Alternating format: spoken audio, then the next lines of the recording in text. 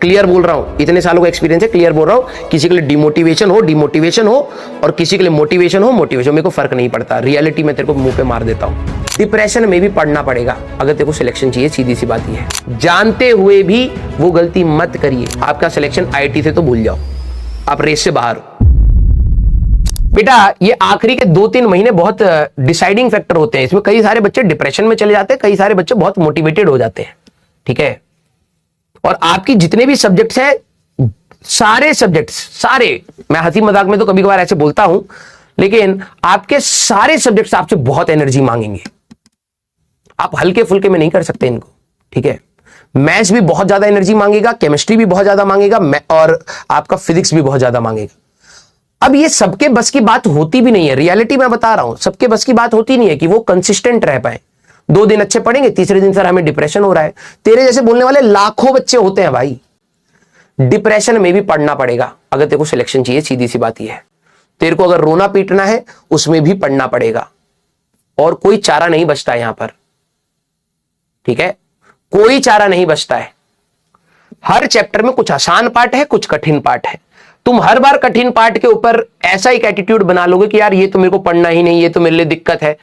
तो तू ये सोचना भाई, जो बंदा टॉपर बनता है, तेरे को वैसे तो सपने बहुत अच्छे अच्छे आते हैं, है ना। तुम हमेशा सोचते हो कि यार मैं अच्छी जगह पर, वो हो जाएगा, ये हो जाएगा।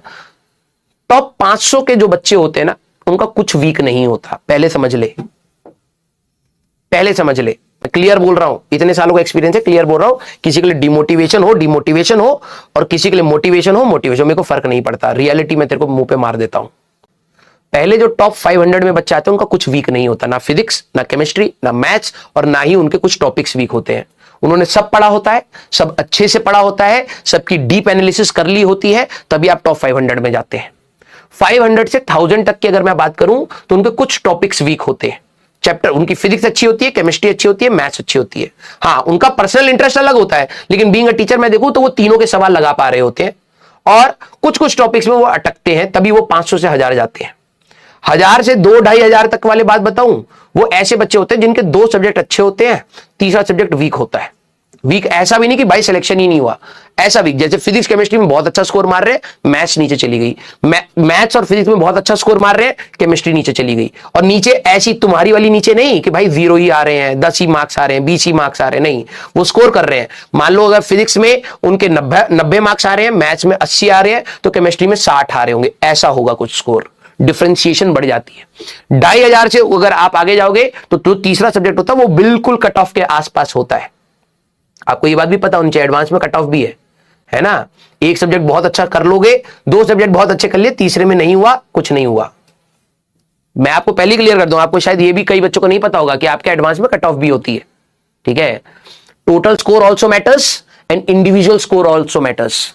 ऐसा आप नहीं कर सकते। एक बच्चा गधा मेरे को पूछ रहा था कि सर मैं दो उसमें बहुत अच्छे कर लूंगा, मैथ्स और केमिस्ट्री बहुत, वो फिजिक्स कर लूंगा, मेरे से केमिस्ट्री नहीं हो रही है, मैथ्स नहीं हो रही, मेरा सिलेक्शन होगा? नहीं होगा। मैं क्लियर बोल रहा हूं, ना ही एनआईटी में होगा तेरा सिलेक्शन। तुम में से अगर किसी में दिमाग चल रहा हो कि यार मेरी ना फिजिक्स केमिस्ट्री अच्छी चल रही है, मैं मैथ्स को छोड़ देता हूं, या मैथ्स केमिस्ट्री अच्छी चल रही है, फिजिक्स को छोड़ देता हूं, अगर तुम्हारे दिमाग में सिलेक्शन ही नहीं होगा। क्योंकि अगर तुम जेईई मेंस की बात करोगे तो हाई परसेंटाइल चाहिए, और हाई परसेंटाइल भाई साहब बच्चे 300 में से आप ये समझो 280 पर भी बहुत बैठे हुए हैं, ठीक है, 250 पर भी बहुत बैठे हुए हैं। तो हाई परसेंटाइल स्कोर है। तू 100 मार्क्स तू छोड़ करके जा रहा है और तू कह रहा है 200 मार्क्स का मैं पेपर अटेम्प्ट करूंगा, उसमें गलतियां भी करेगा तू आगे 150 पर, तो जस्ट तेरी 93-94 परसेंटाइल हो गई, कुछ नहीं मिलने वाला। तेरे को तीनों सब्जेक्ट्स पढ़ने पड़ेंगे। आईआईटी एडवांस के लिए अगर मैं बात करूं, अगर आपका एक चैप्टर गुल होने लग गया है, गुल, ठीक है, मतलब एक सब्जेक्ट मैथ्स आप जस्ट कट ऑफ तक जा रहे हैं, तो आप 5-7 हजार तक पहुंच गए। जैसी मेरी कहानी थी, मैथ्स गुल था, फिजिक्स केमिस्ट्री के भरोसे गया था, लेकिन गुल में ऐसा नहीं, जस्ट कट ऑफ तक पहुंच पा रहा था मैं। हमारे टाइम पे 30-32 मार्क्स की कट ऑफ थी मैथ्स की, और मेरे जस्ट 35 मार्क्स आए थे मैथ्स में। अगर वो 30 होते और फिजिक्स और केमिस्ट्री में मेरे और बढ़ गए होते 10-10, 15-15 मार्क्स, कुछ नहीं होता फायदा। समझ रहा है? ये आपकी एक अलग कहानी है। और अगर आपका एक सब्जेक्ट पूरा गुल हो गया, भले ही वो केमिस्ट्री हो, भले ही वो फिजिक्स हो, भले ही वो मैथ्स हो, एक चैप्टर पूरा गुल हो गया सब्जेक्ट, आपका सिलेक्शन आईआईटी से तो भूल जाओ, आप रेस से बाहर हो। ठीक है। और जो आप ये रायता फैला रहे हो, कभी किसी चैप्टर को वीक कर रहे हो, कभी किसी चैप्टर को, ये पूरा सब्जेक्ट वीक हो रहा है। और आपको समझ आ रही है कि अगर आपके सारी चीजें इक्वल सिंक में चल रही हैं, इंटरेस्ट के साथ चल रही है, डीप एनालिसिस कर रहे हो, तो आप अच्छी रैंक पर जा रहे हो। आपका प्रेडिक्टर, रैंक प्रेडिक्टर यही है। ठीक है।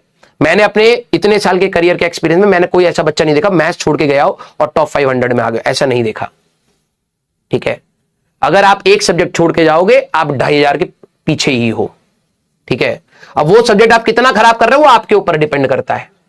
अब आप ये सोचोगे सर मेरा तो वीक हो रहा है, सर मेरी तो केमिस्ट्री वीक हो रही है, मैं नहीं रट पाता, मेरी फिजिक्स वीक हो रही है, मैं नहीं सोच पाता, मेरी मैथ्स वीक है क्योंकि मैं इतना ज्यादा मैथ्स जानता नहीं। तो बेटा आईटी तो हट गया, तू रेस से हट चुका है। अब बात आई तेरी एनआईटी की। एनआईटी में भी अच्छा स्कोर करना पड़ेगा, high score. JEE advance low scoring है, जेई मेंस हाई स्कोरिंग है। अच्छा स्कोर मारेगा तब जाके तेरा सिलेक्शन होगा। अब तू सोच रहा हो कि अच्छी एनआईटी में अच्छी ब्रांच, भाई 200 प्लस चाहिए, 220 230 प्लस चाहिए। तू अगर एक सब्जेक्ट वीक करके जा रहा है और दो सब्जेक्ट जो तू करके जा रहा है 100% एफिशिएंसी से तो करके नहीं आएगा कि सर 25 के 25 सवाल कर दिया सारे सही हो गए, ऐसा तो होगा नहीं, है ना, कुछ तो गलत होगा। और तू एक सब्जेक्ट वीक करके जा रहा है तो तेरे को लग रहा है कि तू 230 240 तक पहुंचेगा, नहीं पहुंच पाएगा भाई। ये गणित तेरे दिमाग में चलनी चाहिए रेदर देन रोने पीटने से, कि तेरे को चाहे जितनी भी दिक्कत हो तीनों सब्जेक्ट में मैक्सिमम पहुंचना है।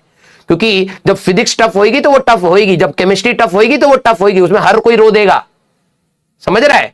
तो मैथ्स का भी इजी मीडियम, केमिस्ट्री का भी इजी मीडियम, फिजिक्स का भी इजी मीडियम 200 तक पहुंचा देता है। सभी में 20-30 मार्क कठिन आते हैं, तो कम से कम तू इजी मीडियम हर सब्जेक्ट का कर रहा है, हर चैप्टर का कर रहा है, तो कम से कम तू 200 तक पहुंच सकता है, 220 तक पहुंच सकता है, वहां पर भी एनआईटी पकड़ में आ जाएगी। इतना दिमाग लगाना पड़ता है भाई।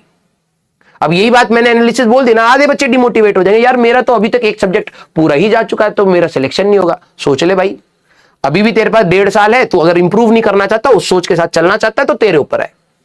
हम तो यही बोलते हैं कि भाई आखिरी तक मेहनत करो, यू नेवर नो कब तुम्हारे दिन हो, है ना। गड्ढा मत बनने दीजिएगा, नहीं तो उसी में गिर जाओगे। मैंने अपनी करियर की तैयारी में एक गलती करी थी, मैथ्स जब मेरे से नहीं हो रही है तो मैंने उसको और नहीं किया, जानते हुए कि भाई रोज मेरे को मैथ्स के लिए टेंशन हो रही है, रोज सवाल नहीं बन रहे हैं, या रोज मेरा फिजिक्स का इंटरेस्ट है। कई बच्चे फिजिक्स को देखते होंगे यार मेरे से नहीं हो रहे, अब वो क्या करते हैं, मैं ना केमिस्ट्री और मैथ्स सुधार लेता हूं अपनी। कुछ नहीं होता उससे, कुछ नहीं होता, मैं सीरियसली बता रहा हूं। ठीक है। तीनों सब्जेक्ट चाहिए ही चाहिए, कोई एक्सक्यूज नहीं चलेगा यहां पर, समझ रहा है। जेई मेंस में क्योंकि पहला दरवाजा तेरा बोर्ड्स है, बोर्ड्स की तैयारी मैं तेरे को जब करवाऊंगा तो मैं बताता चलूंगा, और आखिरी में आकर के एक दिन में चीजें चेंज नहीं होंगी। बोर्ड्स का भी एक अलग स्ट्रेस आएगा, तो बोर्ड्स के लिए भी मैं स्टार्टिंग से बताऊंगा। कई सारे बच्चे बीच में जुड़ते हैं, नवंबर में आके बोलेंगे सर मेरे को ना प्री बोर्ड्स में मैं फेल हो गया हूं, अब मेरे घर वाले मेरे को डांट रहे हैं, मेरे को डिप्रेशन हो रहा है, जेई मेंस मेरा होगा भी ये नहीं होगा, मैं ड्रॉप ले लूंगा, ऐसी सोच आएगी। अगर अभी से नहीं सुधारोगे ना अपनी सोच, तो भाई साहब गड्ढे में गिरोगे, और आप अपने लिए गड्ढा बना रहे हो। आपकी मैथ्स वीक हो रही है, आपकी केमिस्ट्री वीक हो रही है, आपकी फिजिक्स वीक हो रही है, और आप प्रैक्टिस नहीं कर रहे हो, आप दिन भर रो रहे हो, तो आप गड्ढा बना रहे हो और उसी में ही गिरोगे, फॉर श्योर उसी में ही गिरोगे। ठीक है। जानते हुए कि भाई फिजिक्स वीक हो रही है, मेहनत कर, उसका और कोई चारा नहीं। कोई भी आकर के ये बोल देगा भाई तेरी फिजिक्स वीक है, तू ये पढ़ ले, इससे हो जाएगा, कुछ नहीं होगा। मैं बिलीव मी, तेरे को ये पूरे प्रोसेस से जाना पड़ेगा, पूरे प्रोसेस से। अगर वही चारा होता, मेरे को भी पता है, वही चारा होता तो मैं स्टार्टिंग से वही करा रहा होता कि भाई ये देख, ये कर ले हो जाएगा सिलेक्शन, ये कर ले हो जाएगा। मैं पूरा डिटेल में क्यों जा रहा हूं कि किसी को नहीं पता भाई कब कौन सा सवाल कहां से घुमा के पूछा जाएगा। तेरे अंदर थॉट कैपेसिटी इंक्रीज होनी चाहिए। जब हम लोग कठिन सवालों की बात करते हैं, समय लेके करते हैं, कुछ चीजों को रोकते हैं कि भाई अभी रुक जा, अभी इतनी सारी चीजें दिमाग में जाएंगी, थॉट कैपेसिटी बनेगी ही नहीं। हमें सोचना इंपॉर्टेंट है रेदर देन टॉपिक कंप्लीशन। तो आप उसी प्रोसेस में आप उसको वैल्यू करिए भाई, उसको वैल्यू करिए। आपको जो स्ट्रगल दिख रहा है वो that is very genuine struggle. आप उसमें कोई शॉर्टकट्स मत ढूंढने लगिएगा कि यार हमें भैया ने बताया ये कर लो, भैया ने बताया वो कर लो। भाई वो भी इसी रास्ते से निकल के आए हैं, उन्होंने भी स्ट्रगल करा है, उन्होंने भी सवाल लगाए हैं, और मैं बता रहा हूं कि हो सकता है उनके लिए कुछ चीजें काम करी होंगी, वो बता सकते हैं कि भाई ये कर ले वो कर ले, प्लस माइनस होगा, फॉर श्योर होगा, वो गलत नहीं है।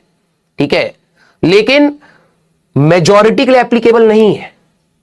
हो सकता है मैंने जो तैयारी करी थी, मैं तुम्हें बता रहा हूं कि मैंने एक तरीके से तैयारी करी, ये भाई बहुत सही थी। हो सकता है आधे बच्चे सिंकी ना हो, वैसे दिन रात लगने के लिए तैयारी ना हो, है ना। तो मेरी तैयारी करने का जो तरीका था वो मेरे लिए सेट हो गया। वो मैंने ढूंढा कि यार मेरे लिए ना ऐसे ऐसे पढ़ने से सही होता है, तो वो मैंने ढूंढा और मेरे लिए काम कर गया। अब मैं तेरे को बोल दूं कि भाई उसी तरीके से तू पढ़ ले, तेरा नहीं हो पाएगा भाई। कई सारे बच्चों के जिनका नहीं हो पाएगा। तो ये आपको इसी प्रोसेस में ही समझ आएगा कि आपके लिए क्या बेहतर है क्या नहीं है।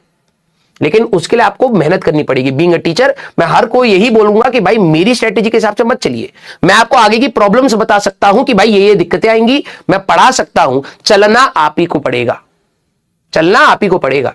और उसमें जो दुख आएगा वो आप ही का दुख होगा, उसका निवारण भी आप ही को करना है। हां, मैं आपको रास्ते में बताता चलूंगा कि बेटा ये देखो ये है, ये बेटा ये देखो ये है। लड़ना तेरे को है भाई। ये कृष्ण और अर्जुन की कहानी है बिल्कुल, इसलिए अर्जुन नाम रखा गया। हम तुम्हें रास्ते के लिए बस गाइड करेंगे, चलना तेरे को पड़ेगा, लड़नी लड़ाई तेरे को पड़ेगी। कई कई जगह पर हम तेरे को ज्ञान देंगे, कई कई जगह पर हम तेरे को सलाह देंगे, वो तेरे को फॉलो करनी पड़ेगी। क्लियर है क्या? यस।